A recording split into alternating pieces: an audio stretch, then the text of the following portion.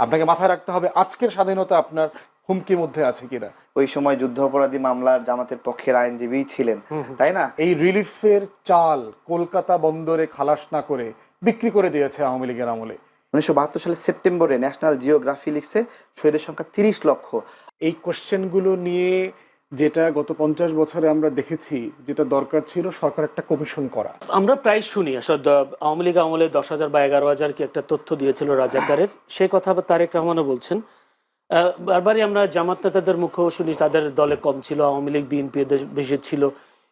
এটি কি আসলে ওনার কথাগুলো কি আসলে বাকি জামাতে যেগুলো ছিল এগুলো বাইরে যারা ছিলেন তারা কোন দল করে সে তা নিশ্চিত হওয়া যায়নি। বিষয়টি কি প্রশ্ন হচ্ছে বিষয়টা রেলেভেন্ট কেন এখন 2025 সালে এসে আপনি 71-এর প্রশ্ন দিয়ে আপনি জাতিকে আর কত বিভক্ত করবেন? এই কোশ্চেনগুলো নিয়ে যেটা গত 50 বছরে আমরা দেখেছি, যেটা দরকার ছিল সরকার একটা কমিশন করা। আমরা এখনো জানি না কজন মানুষ মারা গেছে। আপনার মুক্তিযুদ্ধ মন্ত্রণালয় বলেছে 7,000 সামথিং লোক মারা গেছে, তাদের শহীদদের তালিকাতে আছে। যারা ভাতা নেয় তারা সবাই ভাতা নেয় না, এর ভিতরে কয়েক হাজার মানুষ ভাতা নেয়। তাহলে প্রশ্ন হচ্ছে যদি 7,000 লোক সামথিং মারা গিয়ে থাকে প্লাস মাইনাস, আমরা 30 লক্ষের গল্পটা বলছি কেন? মানে আপনাকে এটা রিজলভ করতে হবে। তো এটা খুব কঠিন কাজ না যে আপনার মুক্তিযুদ্ধে কতগুলো মানুষ মারা গেছে, পক্ষে কতজন ছিল, বিপক্ষে কতজন ছিল, এর ভিতরে বিহারি গণহত্যা হয়েছে, বিহারিদেরকে কারা কারা হত্যা করেছে, সেগুলোর একটা ফ্যাক্ট ফাইন্ডিং কমিশন করে দেন। রাষ্ট্র একটা কমিশন করে দিলে এই বিষয়টা সেটেল হয়ে যায়। এই বিষয়টা এখন আপনি কিভাবে রিজলভ করবেন? ধরলেন যে জামাতের ভিতরে এতজন রাজাকার আছে, আওয়ামী লীগের ভিতরে এতজন রাজাকার আছে, বিএনপির ভিতরে রাজাকার আছে, এই লোকগুলো ম্যাক্সিমাম মারা গেছে না, কি করবেন? এটা দিয়ে আপনি এখন কি অ্যাচিভ করবেন বাংলাদেশের? আপনার এখন গুরুত্বপূর্ণ হচ্ছে আজকে আপনার স্বাধীনতা থ্রেটের মধ্যে আছে, হুমকির মধ্যে আছে। আজকে আপনার সার্বভৌমত্ব হুমকির মধ্যে আছে। আর আমরা সবাই মিলে যদি এখন আলাপ করি 71 সালে কে পক্ষে ছিল আর বিপক্ষে ছিল তখন কি হবে, এই আলাপটা তো আওয়ামী লীগ করেছে গত 16 বছর ধরে। বিচার করবার দায়িত্ব কার ছিল? শেখ মুজিবের উপরে ছিল। কে মাফ করে দিয়েছে ত্রিপক্ষীয় চুক্তি করে, সিমলা অ্যাকর্ড করে ভারত পাকিস্তান বাংলাদেশ মিলে কাদেরকে মাফ করে দিয়েছে? শেখ মুজিব করেছে। তাহলে বিচার যদি না হয়ে থাকে, আলবদরদেরকে যদি আপনি বিচার করতে না পারেন, পাকিস্তানিদেরকে যদি বিচার করতে না পারেন, এই দায়িত্ব আওয়ামী লীগের, শেখ মুজিবের। সেই প্রশ্নটা আপনি এখন এনে এটা রিজলভ করবেন কিভাবে? শেখ মুজিবকে এনে তো আপনি এখন জবাবদিহি করতে পারবেন না। একমাত্র ব্যক্তি জীবিত আছে ডক্টর কামাল হোসেন, আওয়ামী লীগের আইন এবং পররাষ্ট্র বিষয়ক মন্ত্রী ছিল। তিনি ওই সিমলা অ্যাকর্ড সাইন করেছেন। তাকে ডেকে এনে জিজ্ঞেস করেন আপনারা গণমাধ্যমের পক্ষ থেকে যে আপনারা কেন মাফ করে দিলেন। তাহলে আজকে এই প্রশ্নগুলো আলাপে আনা মানেই হচ্ছে যে আমরা ইচ্ছা করে আমরা বর্তমানের স্বাধীনতা নিয়ে চিন্তিত না, আমরা 71-এর গল্প নিয়ে ব্যস্ত। 71 মনে হয় আমাকে 2025 সালে স্বাধীন রাখবে। পৃথিবীর ইতিহাস এভাবে চলে না। পৃথিবীর ইতিহাস একটা ফরওয়ার্ড লুকিং জায়গা। আপনাকে মাথায় রাখতে হবে আজকের স্বাধীনতা আপনার হুমকির মধ্যে আছে কিনা, আজকে আপনি স্বাধীন কিনা, পরাধীন কিনা, সেটার বন্দোবস্ত আপনার কাছে আছে কিনা, সেই তর্কগুলো আলাপগুলো তোলা দরকার। আপনার মনে থাকার কথা, আওয়ামী লীগ যখন সেই তালিকা প্রকাশ করেছে, আওয়ামী লীগের নেতাদের নাম থাকার কারণে কিন্তু সেই তালিকাটা সরকার উইথড্র করে নেয় এবং তার এক সপ্তাহের ভিতরে দ্বিতীয় তালিকা প্রকাশ করবার কথা ছিল। আওয়ামী লীগ পরবর্তীতে রাজাকারদের তালিকা আর প্রকাশ করে নাই। এখন প্রশ্ন হচ্ছে কেন করলো না, কেন আইডেন্টিফাই করলো না, তাদেরকে ধরলো না কেন? আরো 10 বছর আগে তো আরো বেশি লোক বেঁচে ছিল। কিন্তু প্রশ্ন হচ্ছে এটা রিজলভ করবেন কিভাবে? এটা রিজলভ করবার একটা জায়গা আছে, আপনি একটা ফ্যাক্ট ফাইন্ডিং কমিশন করে দেন। রাষ্ট্র যাক, প্রত্যেকটা উপজেলা ইউনিয়নে ঘুরে দেখুক কয়জন বেঁচে আছে, কয়জন মারা গেছে, বুদ্ধিজীবী নামক হত্যাকাণ্ড আসলে ঘটেছে কিনা, না এটা রয়ের একটা অপারেশন ছিল, কে করেছে, আমাদের আসলে 1 কোটি লোক সীমান্তের ওই পারে চলে গেছিল কিনা। ভারতীয়রা তা বলে না। ইন্ডিয়ান রাইটাররা লিখেছেন 90,000 থেকে 1 লাখের মতো লোক রেফিউজি ওই পাশে গেছে। তাহলে আপনি 1 কোটির গল্প কেন বলেছেন? সারা দুনিয়াকে 1 কোটি মানুষের রিলিফ আনছেন, চুরি করছেন, লুটপাট করছেন। মোটা দাগে ভারতীয়রা এবং আওয়ামী লীগ মিলে এই রিলিফের টাকা লুটপাট করে খাইছে। কারণ 1 কোটি মানুষের জন্য যে চাল আসবে, 1 লাখের জন্য তো সেই চাল লাগবে না। তাহলে আপনি বাকি টাকা তো বিক্রি করে দিয়েছে। এই রিলিফের চাল কলকাতা বন্দরে খালাস না করে বিক্রি করে দিয়েছে আওয়ামী লীগের আমলে। এইগুলো বাস্তব, মানে চিটাগংয়ে এটা ল্যান্ড করতে দেওয়া হয়নি। 72 থেকে 75-এ যখন দেশে দুর্ভিক্ষ চলছে, এটা কলকাতার বন্দরে খালাস করে বিক্রি করে দিয়েছে আওয়ামী লীগের নেতারা। তাহলে এখন প্রশ্ন হচ্ছে এটা রিজলভ, এটা রেলেভেন্স কতটুকু? আর এই প্রশ্নটা আপনি রিজলভ করতে পারবেন না এখন। এখন আমার দরকার হচ্ছে আজকের স্বাধীনতা নিয়ে প্রশ্ন করা, আজকে সার্বভৌমত্ব নিয়ে প্রশ্ন করা। আজকে একটি প্রশ্ন আপনি করে রাখি, যে উত্তর দিতে পারবেন, আমরা 1 মিনিট সময় দিব। আজ গতকালকে সন্দীপের একটি অনুষ্ঠানে বলা হলো পাকিস্তান জিন্দাবাদ। এই বিজয়ের মাসের আগের দিনে পাকিস্তান জিন্দাবাদ স্লোগান নিয়ে বেশ সমালোচনা ঝড় হচ্ছে বিভিন্ন জায়গায়। আপনি কি মনে করেন এটি কিসের ইঙ্গিত? কেউ কেউ মনে করেন এটা কিসের ইঙ্গিত? পাকিস্তান জিন্দাবাদ কোনো কেন? কিছুর জিন্দাবাদ না। বাংলাদেশে পাগলের অভাব আছে? 100 টাকা দিয়ে তো এই কাজটা করানো যায়। বাংলাদেশে একটা বাউলকে নিয়ে আপনি দাড়ি চুল কেটে দিলেন, মাঝখানে একটা ঘটনা ঘটলো না, মোমিনশাহী না কিশোরগঞ্জে কোথায় একটা বাউলের দাড়ি চুল কেটে দিচ্ছে। অ্যাজ ই বাংলাদেশের সব বাউলের দাড়ি চুল কাটার জন্য এদেশের সব লোক ব্যস্ত হয়ে গেছে, এদেশে আর কোনো কাজ নাই, শুধুমাত্র বাউলদের দাড়ি চুল কাটো। কিন্তু প্রশ্ন হচ্ছে, বাউলরা যখন ইসলাম ধর্মকে কটাক্ষ করলো, স্টেজে বসে কোরআনকে কটাক্ষ করলো, তখন কিন্তু সুশীলদের আর কোনো আলাপ নাই। সন্দীপে কে কোথায় পাকিস্তান জিন্দাবাদ, আপনারা ইনভেস্টিগেট করেন, লোকটা কে, ব্যাকগ্রাউন্ড কি, পরিকল্পিতভাবে করলো কিনা বিতর্কটা ইনস্টিগেট করবার জন্য। বাংলাদেশে কোন পন্থী লোক, ইসলামপন্থী লোকরাও তো পাকিস্তান জিন্দাবাদ নামে কোনো স্লোগান দেয় না। তাহলে এইটা কারা করছে এবং কেন এই তর্কটা গুরুত্বপূর্ণ আকারে হাজির হচ্ছে, তাও বিজয়ের মাসে? মনে হচ্ছে যে 1 ডিসেম্বরের আগেই তর্কটা তুলতে হবে, অথবা এটা একটা অর্কেস্ট্রেটেড ইভেন্ট বলে আমার কাছে মনে হয়েছে। এবং আপনি দেখবেন এই যে একজন পাগল লোককে আপনার পুরা মেরে ফেলছে এই নারায়ণ মানিকগঞ্জ না মুন্সিগঞ্জের দিকে, মূল ঘটনা বাদ দিয়ে মূল ঘটনাটা যেটা প্রকাশ করা হয়েছে আসল বাস্তবতা তো সেটা না।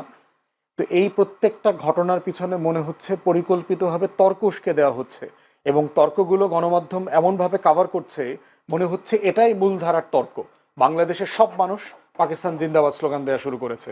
আসলে বাস্তবতা তো সেটা না, কিছুই হয়নি। ব্যারিস্টার ফোয়াদ অনেকগুলো তথ্য দিলেন, অনেকগুলো কথা বললেন। এর এই বিষয়টাই কোনো কথা বলার আছে কিনা? যদি না থাকে আপনি জি আচ্ছা যদি বলেন। আচ্ছা, দেখুন, মুক্তিযুদ্ধে রাজাকারের সংখ্যা নিয়ে প্রথম স্টেটমেন্টটা আমাদের ফুয়াদ ভাই দিয়েছেন।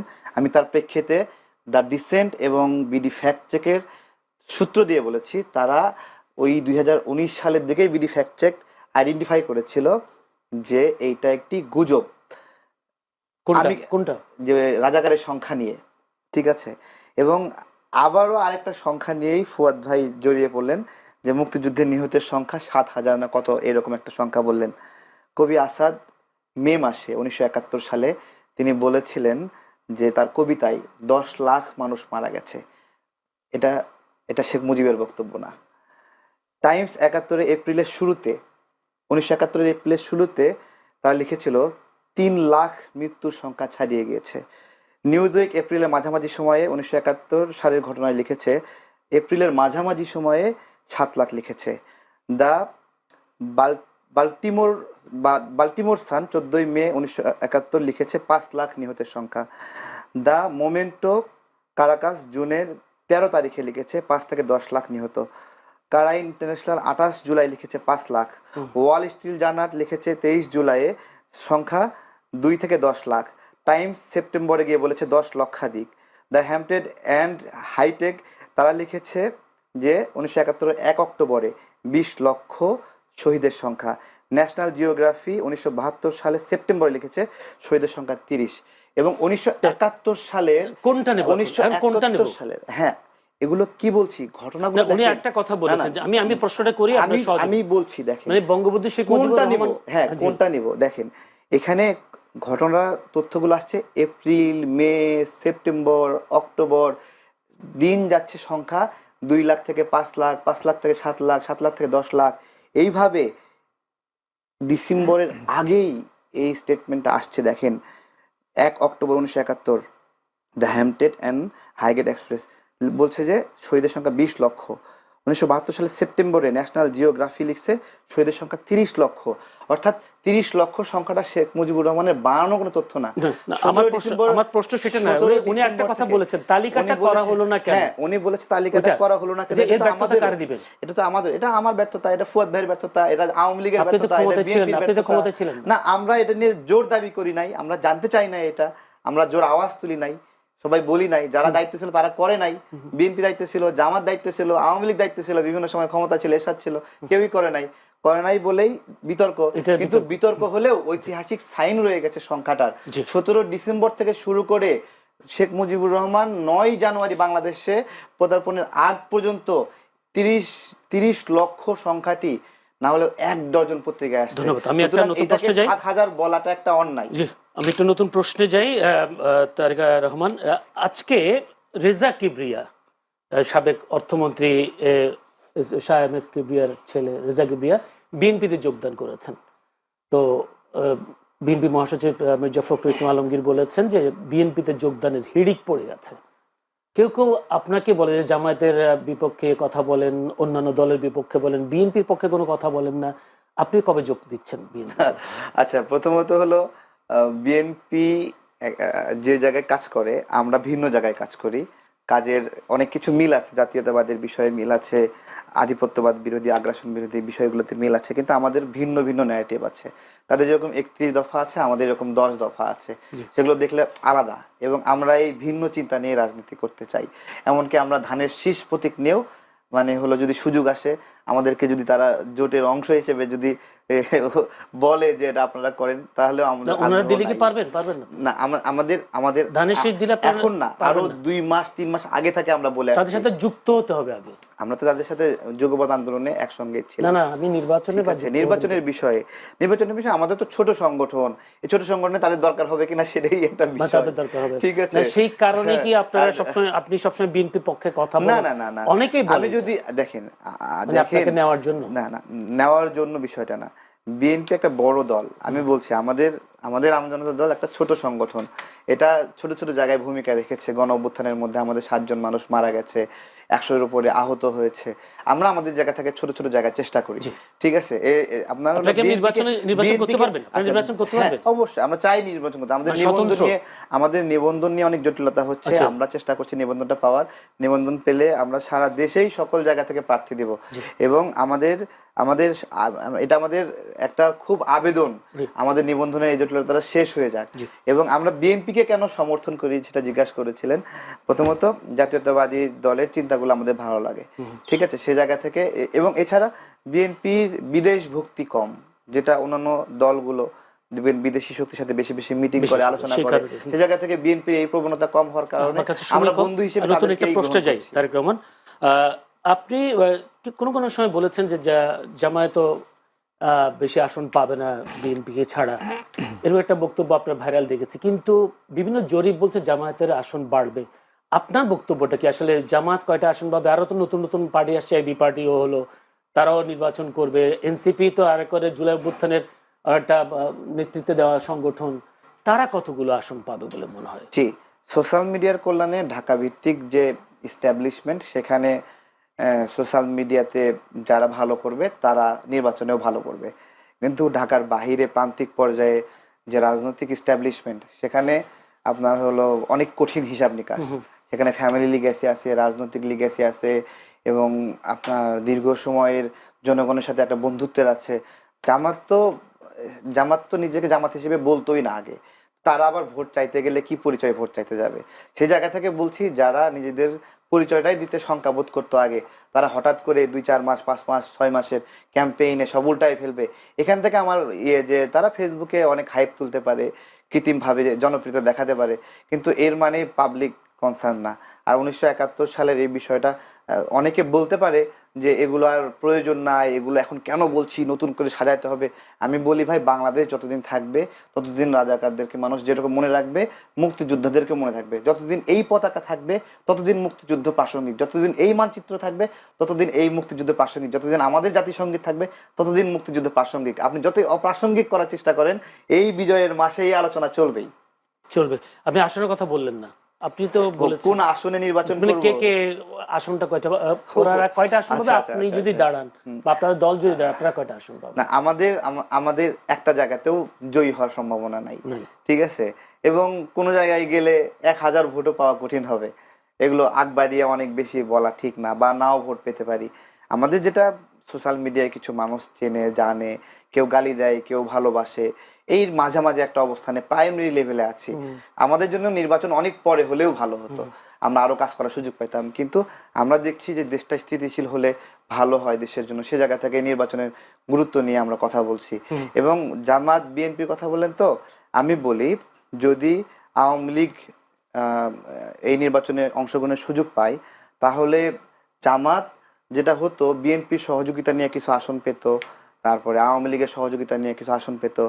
এই সময়টাতে সে একা একা, এবং এই কারণে তাদের কিছু সমন্বিত ভোট থাকতে পারে। কিন্তু জয়ী হয়ে আসার মতো ফিটনেস খুব দুর্বল, যে কারণে তাহের সাহেব জয়ী হতে তো অনেক অনেক আসন অনেক লাগবে। অনেক না, জয়ী না মানে একটা আসনে এমপি হওয়ার জন্য ও আচ্ছা। যতটুকু, যেমন তাহের ভাই শেষে সে বিনয়ের সুরে বলছে যে মুজিব ভাই তো এখন নাই, মুজিব ভাইয়ের ভোটগুলো আমারে দিয়েন। তাদের অসহায়ত্বের জায়গাটা বুঝতে হবে যে তাদের বিজয়ী মানে হওয়ার জন্য, আপনার অ্যাসেসমেন্ট হচ্ছে জামাতের খুব তাদের অসহায়। বিজয়ী হওয়ার জন্য আওয়ামী লীগের ভোট প্রয়োজন, জাতীয় পার্টির ভোট প্রয়োজন, এবং যে কারণে তারা বারবার আওয়ামী লীগ বা জাতীয় পার্টি নির্বাচনে আসবে এটা শুনলে তারা আতঙ্কিত হয় বা তারা এটা মানে আপনি চান ওই কি জায়গা আওয়ামী থেকে- লীগ জাতীয় পার্টি নির্বাচনে আসুক, আপনি চান কি? আমি চাই বাংলাদেশের সকল রাজনৈতিক প্রক্রিয়া নির্বাচনে অংশগ্রহণ করবে, এবং কে খারাপ কে বাতিল তাকে ওই যে বলে না জনগণ চায় আওয়ামী লীগ আর অংশগ্রহণ না করুক, তাদের বাস্তবতা নাই, ঠিক আছে, আমি বলি ওইটা জনগণের হাতে ছেড়ে দিতে হবে, মানে জনগণ কি আপনি করবে, আমি এভাবে ধরে নিই, আওয়ামী লীগ জাতীয় পার্টি নির্বাচনে আসুক, এটা আপনি চান। এটা আমি চাই। যদি একটু ব্যারিস্টার সাজমান ফুয়াদ, আসলে কি সেই আওয়ামী লীগ জাতীয় পার্টি নির্বাচনে আসার মতো সেই পরিস্থিতি আছে কিনা? মোটেই নাই। কারণ হচ্ছে যে গণ অভ্যুত্থানের পরে যে কি ঘটেছে তার ব্যাপারে জাতিসংঘের মানবাধিকার দপ্তর থেকে একটা বিস্তারিত 114 পৃষ্ঠার একটা রিপোর্ট দেখে বলা হয়েছে, এবং আওয়ামী লীগের 6 সপ্তাহের যে আমলনামা, এই আমলনামার বাইরে তো আরো অনেক আমলনামা আছে। তার ভিতরে 2টা আমলনামা গতকালকে প্রকাশিত হয়েছে, যে পিলখানা গণহত্যার সাথে আমার প্রত্যেকটা বাহিনীকে আন্ডারমাইন করবার জন্য ভারত এবং আওয়ামী লীগ একসাথে মিলে কাজ করেছে। এইরকম একটা জাতীয় নিরাপত্তার হুমকি কোনো সংগঠন কোনো দেশে রাজনীতি নির্বাচন করতে পারে না। পৃথিবীর কোনো গণতান্ত্রিক রাষ্ট্রে এটা অ্যালাউ করা হয় না। এবং আজকে যেহেতু সময় কভার করবে না, পৃথিবীর বহু দেশ আছে, নাৎসিদেরকে ফ্যাসিস্টদেরকে তো ইউরোপতে গণতান্ত্রিক রাষ্ট্র, কই হিটলারের চিহ্ন পর্যন্ত, হিটলারের একটা ব্যাচ পড়লে আপনাকে জেলে যেতে হবে, আপনি হিটলারকে প্রশংসা করে একটা গান গাইলে পর্যন্ত আপনাকে জেলে যেতে হবে।